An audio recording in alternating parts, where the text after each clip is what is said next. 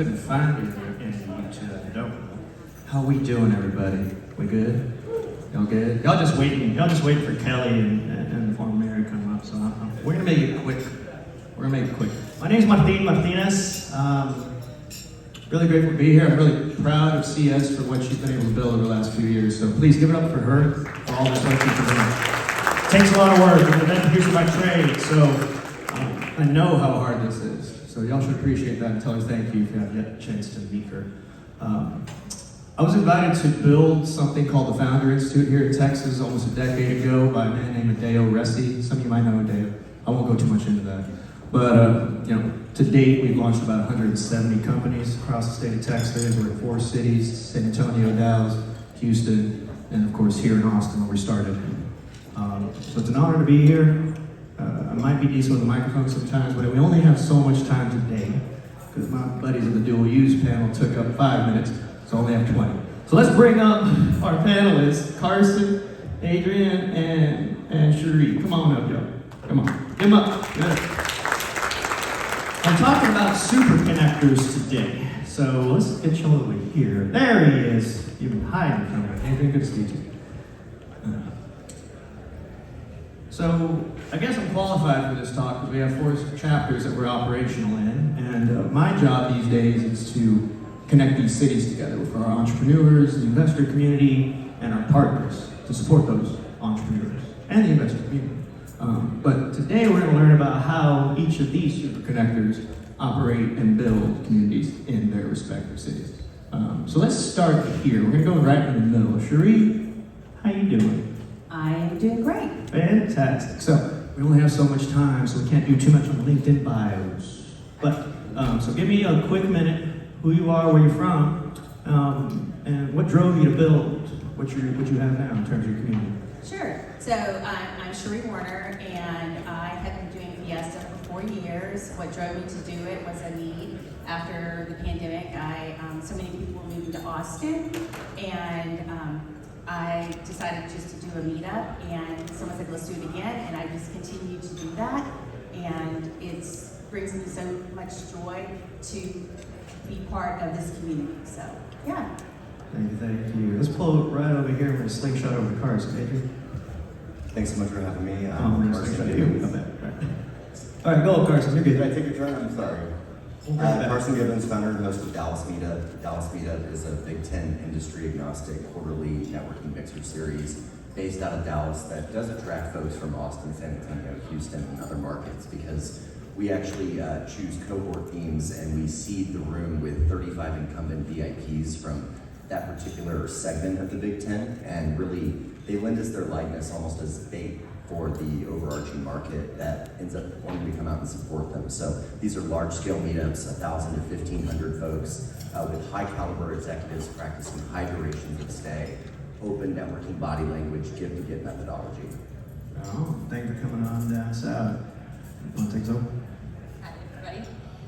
So my name is Adrian. I run YC Startups. I started YC Startups Happy Hours, technically. I started hosting the happy hours, I believe it was 2021. It was kind of end of the pandemic. People were starting to want to get back out. I was a founder at the time. I wanted to build the community. I basically built the community that I wanted to have. And so we meet monthly now and rotate to a different location per month. We have a mix of startup founders. We are industry agnostic, so we're not looking for specific startup verticals. But we have startup founders, folks that want to work at a startup or are interested in startups, and investors that come out. And then, we have a handful of other folks that hear about it and want to come see what it's about. So every month, we have a group of folks that are new and a group of folks that are part of our regulars, and it's a good mix. So. Give it up for our panelists today. I wish I had more time. I wanted to prep more too, but apparently a tornado blew through my neighborhood last night, so I was dealing with a little bit of damage control, quite literally. I'm sure he was too. So let's start here and also when we talk about community, because each of these individuals build communities, and what they do is connect those folks together. Resources, mentorship, access. So Cherie, for you, because I'm most familiar with what you do with Fiesta, Let's just define what a super connector is. For you, what does that mean? It's taking an opportunity when you meet somebody to find out who they are, what their greatest need is, and to step in and see how you can help and make connections if possible. Yeah, so that's kind of what I do with Fiesta is as people come through, and we're agnostic also. Fiesta stands for Founders, Investors, Entrepreneurs, Startups, Techies, and also newcomers. And we typically have over 200 folks that come through our doors. But those, and I focus on founders in particular, but the founders that come back, I get to know them, and I am on their behalf making connections and opening doors for them. And cheering them on. I mean, I think that's my greatest joy is following their journey and being able to elevate what they're doing. Interesting. Adrian, do you have anything on top of that in terms of how you, maybe let's talk about maybe some of the techniques that you do during your events to do what maybe Cherie's kind of building up. Sure. So one of the things I think that makes, that I think is fairly unique about what we do at YC Startups is we have a very strict no pitching policy at our events because I want people to get to know each other on a human level. You can do business at another time. And so that has been, I think, part of it. People want to come because they know they're not just going to get harassed the whole time. And it's also, I think, made investors more comfortable with coming to the events because they're not, they can just go meet people and be kind of undercover. And then I think we're very casual, so we don't do any speeches at the beginning or anything like that. But that works for some groups. But that's just not the way that we've ever done it. So. Interesting. Carson, how do you apply your super connecting skills during y'all's events? I think there's a lot of similarities in our communities in that they're industry agnostic, and aesthetically we don't want heavy business card pushers and people looking to do deals, but at the same time we do have to close the loop.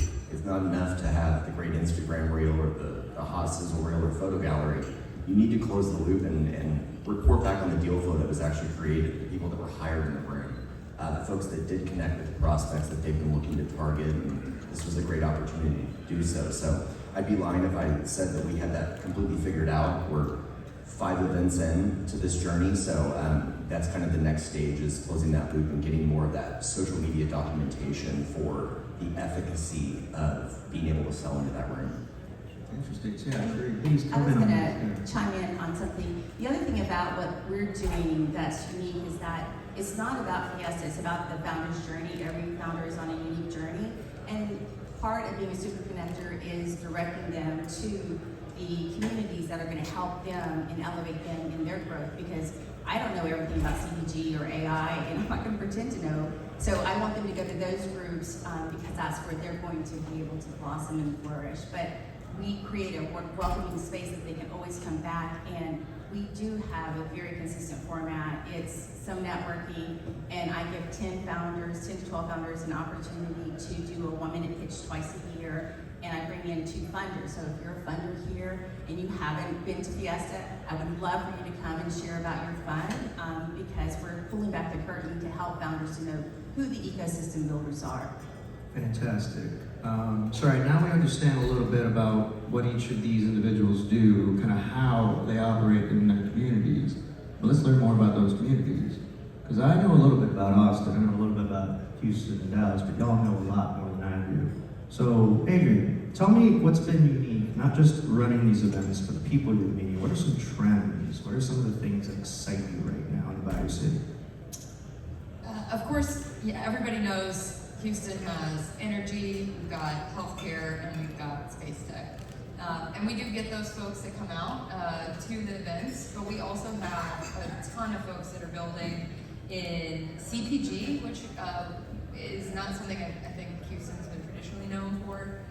We do have software, and I think we have a growing group of like mothers and women entrepreneurs. That is really cool to see that starting to flourish. And I know there's some folks that are here today that have done some work around that as well. I can't take credit for that. So that's Interesting. So let's bounce all the way up to Dallas. We're going to bring it back to you, Sheree, because there's probably something we could talk about in terms of some article that was written recently. go to you, Carson. I would say the interesting thing is just the geo spread that Dallas-Fort Worth has experienced over the last 30 years. You know, when I moved to Plano as a 5-year-old, it was a field, and now it's got a skyline. So going from Frisco to South Dallas might take 2.5 hours at rush hour, and someone said to me that's akin to you going from Dallas to Austin at this point in terms of geo spread. So we really try to pack a lot of value punch into the evening with the featured network or cohort lineup. To the extent that the suburban areas around Dallas don't have an excuse for not coming when Austin, Houston, and Oklahoma City have all driven in. So any other kind of overarching, again, you mentioned you're only about 5 events in, but y'all are already building a pretty big community so far, a lot of momentum. Any industry trends, anything that you're just noticing that might continue? They all have the lack of community issue. No matter how good the backing of their 501c3 vertical networking association is, we go to different cohort themes, and it doesn't matter if we've done economic development or marketing, CPG, venture capital. Everyone always says there is no 50-yard line of business in Dallas, Texas. We need a central stomping ground where we know. And that's one of the things that we've really built is like a bolt-in integratable marketplace to bolster the 501c3s and folks like that have an altruistic mission, purpose, and backing. We can kind of big up them, harvest their audience, and really push those populations together. Interesting. Well, let's bring it back to Capital City. And again, Tree, I led a little bit because there was a bit of a ruckus on the LinkedIn's over the past week about, I don't know, some blogger. I think you had some thoughts on it. You might elaborate a little bit? Yeah, well, the article basically was saying that Austin was no longer the hub city, like the economic city. So I know Tom Sanger over there wrote an article. I wrote a reply because I had just had Fiesta and we had over 200 people at the event. And I always ask the same question: how many of you are, visiting Fiesta for the first time? And 50% of the hands go up. And I also follow up with how many of you are new to Austin within the last year. And we still have 30-40% of those who've been here less than a year. So I mean, and these mostly are founders that are coming to the event. So yeah. I just think she was trying to keep a job. It worked because we're talking about it. Yeah. We only have so much time today, so we're missing the available questions from all of you. So hopefully you trust mine. Let's look to the future. Right? Each of you are building something and maintaining something in each of these massive cities of growth and economic development. What are some challenges right now respective to those towns? I'm going to start with you, Carson, because you just mentioned this, and I've seen patterns myself with our community up there. There's a lack of cohesion, right? Is there anything else that you're noticing that might be inhibiting the Dallas-Fort Worth area that maybe y'all might be able to help with? I'd like to think that we're the ones setting out to help it with that cohesion. I think that there is a lot of competition for sponsor dollars and the write-off budgets to sponsor various 501 events. We want to be that bolt-in marketplace that we're really a marketing engine kind of masquerading as a 501c3 do good for. So we've really built this engine that can propel these young startup founders and their brands into market with some gusto. I mean, they're experiencing the Dallas Meetup bump, if you will, as a result of being featured. That cohesion, just bringing people together, documenting it, that's something that we're still in the process of trying to figure out. I think that the industry agnostic nature is one of the big things that we've done. We've also made all of our events free. We don't want it to be. One of the reasons I started this was I was getting the runaround from dating around in the 501 world to see who I wanted to go deeper with from a board inclusion perspective. And they all very much cared about what it looked like, who I loved, or a very niche skill set, qualifying me to purchase a $25 non-member happy hour with no exposed value. We're the antithesis of that. We're gonna have 1,500 people. We're gonna illuminate the VIPs that are just gonna be there adding value, and come one, come all. It's not so much to get the lowest common denominator in the room as it is, I didn't want to expense a $15 or $25 workday expense report, go through that hassle. There's a lot of folks that literally hit the tarmac at DFW or Love Field, and they make that game time decision as to whether or not they can make our meetup that night. And we don't want any type of sign up or ticketing system to preclude them from doing so. Interesting. And I like this momentum. It's really interesting. We'll catch up at lunch too.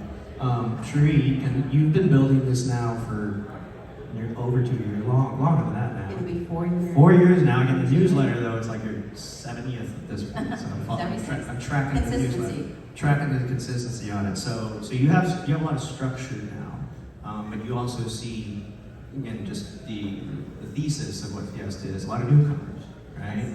What are the challenges though right now for you? Very much to what Carson said. I mean, getting sponsorships has been really hard. I think also there's so many groups always starting up. I mean, you have people moving here from California and New York, and they ran groups where they were, and they want to run groups here. So I'm a very collaborative person, and I also, again, believe that for a founder, it's important for them to find what they're looking for. So those have been my struggles, and getting enough volunteers. I mean, volunteers are. I mean, I have my faithful few. There's several in here that are here because I said, hey, y'all need to come to this event. So anyway, but yeah, that's the biggest thing, challenge. We're seeing some patterns here. People should sponsor some events. I think Adrian, yes. How are you? I know I'm making a good time. We're almost there. We'll take it home here soon. Adrian. I'll be there. We actually don't really do a ton of sponsorships, partially because it is hard to find them, and I have a day job, so I don't have time to hunt them down. But I'd say for me the hardest thing is Houston is so big, it's so spread out, and it's hard to get in front of people that would be interested in going. So, I'm not spending money on ads. I'm not doing anything to other than talking about it on LinkedIn. So a lot of word of mouth, and so I think figuring out how to make sure that all those founders know that they can come. I use the analogy that we're like an old-time switchboard to get people plugged in other communities, and so just having people know that they can come here first and then go out from there. I'd say that's my biggest challenge I'm trying to work on right now. Oh, anybody wants to support any of these groups, you know who to call. All that, not me. One last thing, and then we're going to bring up the good mayor, and then right after that, Adam Loeffner. Very exciting. A couple of talks right after this. How many of y'all have communities or want to build communities? Just show of hands, you're not too shy. Oh, right, a few of them, more than a few. So I'm going to ask on y'all's behalf. Maybe you already have a community, or maybe you're interested in building one. Any tips or things to avoid as you embark on that journey of community building? Because it's like starting a company, it's like being a founder. We'll start here and we'll work our way up, and I guess we'll call it a day. For me, the biggest thing is just being consistent, and people know exactly when we do them at the same time, same day every month. They just know when to expect it. So. Consistency is important, but I would also say use name tags. I mean, and we have a check-in system that we created as a result of doing Fiesta called Event Magic to help the attendees be able to connect with ease at the events. I think Sheree touched on this earlier, but it's not about you, high level. The networker is the hero, and you are the guide in their arc narrative journey of going to get more deals, status, community, whatever it is that they're in search of that evening. Oh, fantastic. So I'm going to wrap up right here, just a quick minute to kind of recap what we just heard. Give it up for this panel again one more time. So, across the state of Texas, we have incredible communities and builders that support, that started, that laid that groundwork. What I discovered here, and what I hope you all take away too, it's beyond just them. I also see a lot of, not necessarily community builders, but like party planners, and they make themselves a center of attention. But what you see with these three right here is that it's not about them. It's what they're building that's bigger. And that's what a founder does. But so when you run into maybe those networking groups where whoever that person is throwing their name left and right, you may want to avoid that one, or just run with the bar tab. But either way, I'm grateful for each and every one of you being on this. I'm grateful for you guys for giving us the opportunity to at least explain what we do and how we operate. I hope you all get a chance to connect with them as well. I'll be sticking around through lunch too. And Yeah, I'll show you some videos of that tornado later. But either way, thank you, CS. Let's take it from here.